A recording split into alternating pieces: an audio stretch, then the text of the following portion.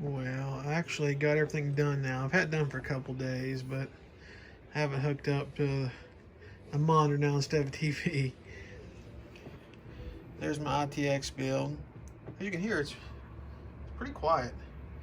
I mean, that 5700 XT, that reference model, is not too quiet playing games, but with a pretty good undervoltage, it don't get too bad. It's really just the memory that wears me on the reference card. Like, that's really the main reason I undervolt, is just to get the memory down. I drop it too just because it gets too hot, in my opinion. I don't like it. And I'm used to like Strix cards and Zotac Amp Extreme cards and MSI Gaming X, and they all run pretty cool. But I really like this ITX build. Like I said, it's a 3600, 5700 XT. It's got an MSI Gaming Plus AC motherboard. And it's got ballistic RAM, 3600 CL16. But I really like it. The only thing I didn't like was having to take my 2700X out of that to update the BIOS. And I still haven't put my Thermaltake Macho cooler back on that yet. Been kind of lazy. But as you see, like even these two, like these are old. These I haven't turned these two on in a long time. I don't know why I keep building so many extra PCs, because even that one with a 2700X and a Strix 2080 doesn't get much love. I barely turn it on too, but like I said, my main two rigs, which I go back and forth, but really this is the main gaming rig, is a 8700K delidded and a Strix 2080 Ti. And that's my 3900X and Radeon 7. But I just threw this one together.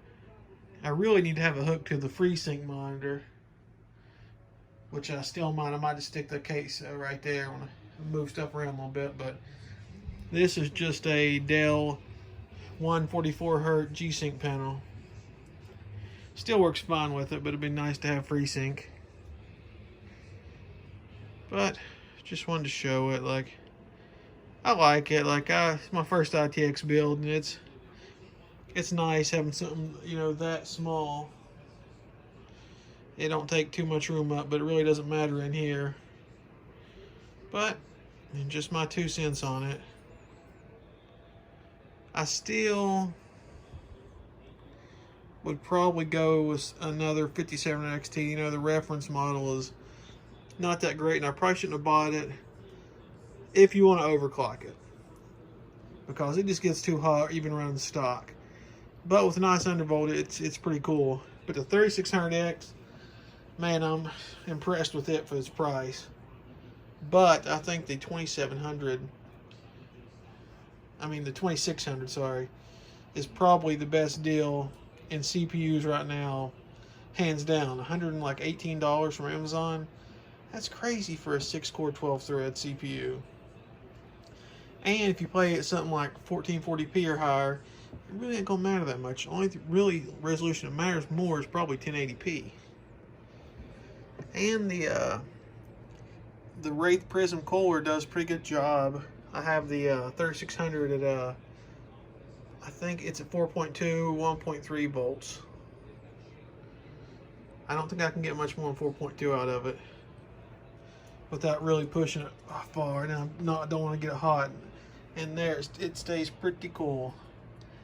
I think I've only done a Cinebench R15 run. I think it's like 1666 or something like that.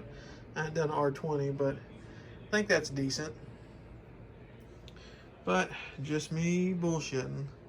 Yeah, look at these big old speakers here I have for this.